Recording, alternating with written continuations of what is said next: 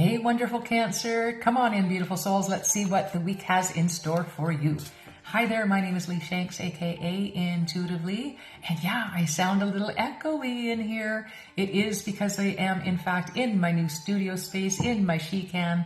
I have yet to decorate, though. There's nothing on the walls. There's no rugs on the floors to sort of absorb some of the energy and sound in here. So it sounds a little bit echoey. But I don't really give a crap, because I'm in my studio and I'll be able to move in all of my decor starting tomorrow and fixing it up to my taste, my way, and really settling in here so as to be of better service to you all. But that's, tomorrow, later this week. In the meantime, let's get to your cards here, shall we? All right, Cancer, the first card I'm going to pull for you is from the Energy Oracle. And am I doing these the right way? Which way have I been doing them? I think I'm doing them right. So I pull from two decks. Sorry, it's been a long day. I pull from two decks. The first card I pull is your overarching energy for the week ahead. And then I switch decks and I pull three more cards, breaking your week down just a little bit further. And I'm not quite sure which order I've been pulling them in as of now. So whatever, we're going this way. So this is what I'm getting for you for the week ahead. I love this. Happy family for you. Card number 4. For some reason, that number 4 is significant. I am seeing 4 members of a family and the number 4 at the top there. So something to do with the number 4 or even 44 may be playing big for you this coming week. And the happy family, I just feel like this is a week that for some of you here, Cancer, where you just sort of get to take a deep breath. I feel like things around you have maybe been a little bit haywire, a little bit hectic here, Cancer, and things are just going to deep breath. You get to relax a little bit. All right, let's move it over to the Shaman's Dream. Break that week down just a little bit further. I'm pretty sure I'm doing these backwards, using the decks opposite what I was, but whatever. All right. Let's pull your 3 cards here and see what we have in store.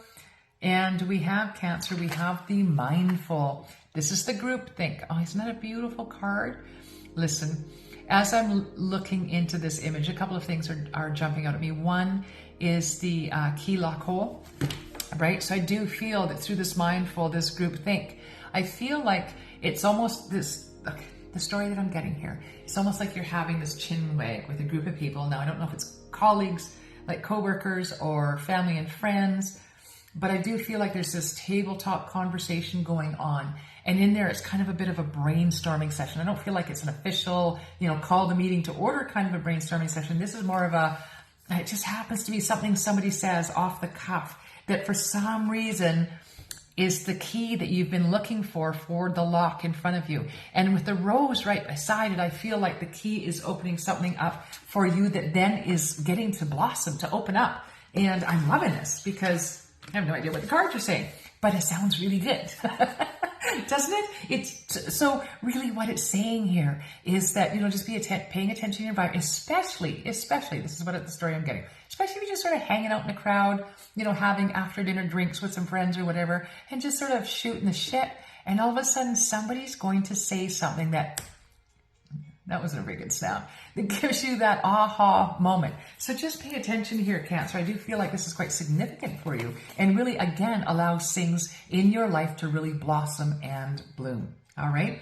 And then, oh, look at this. This is kind of beautiful. Don't be afraid of the pain because you are, in fact, transmuting it. This Fool's Embrace. This is you giving yourself a hug because I feel like through some circumstances, maybe in the last 6 months or a year, maybe even 2 years, I feel like you made some choices and decisions that you're not necessarily proud of, that they took you away from maybe your goals or your dreams.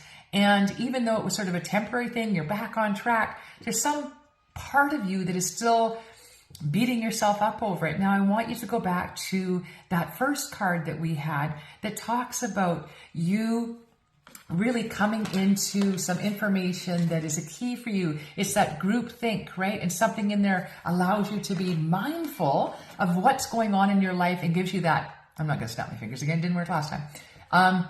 Gives you that information that you need. It allows you, this is what I'm getting here, allows you to forgive yourself for some of the choices and decisions that you've made this past year that you're not exactly proud of here. All right, Cancer. And I really want you to be easy on yourself. I want you to really be mindful of the negative narrative that you may have going on in your head, because I feel like it, can we all sometimes call ourselves a dumb ass and maybe gives ourselves a mental kick in the, of course we can. This is that ongoing beating yourself down. Don't do that. All right. Just don't do that, Cancer. It's not necessarily, and it's certainly not, it's not your truth for starters. You're buying into somebody else's truth about themselves. They project it onto you, but that's another story for another time. So I just want you to learn that this week is going to be a little bit about forgiveness of self, all right? And then look at that. We have the Moon Maiden offering new beginnings to you. Now, how beautiful is that, Cancer? Seriously now.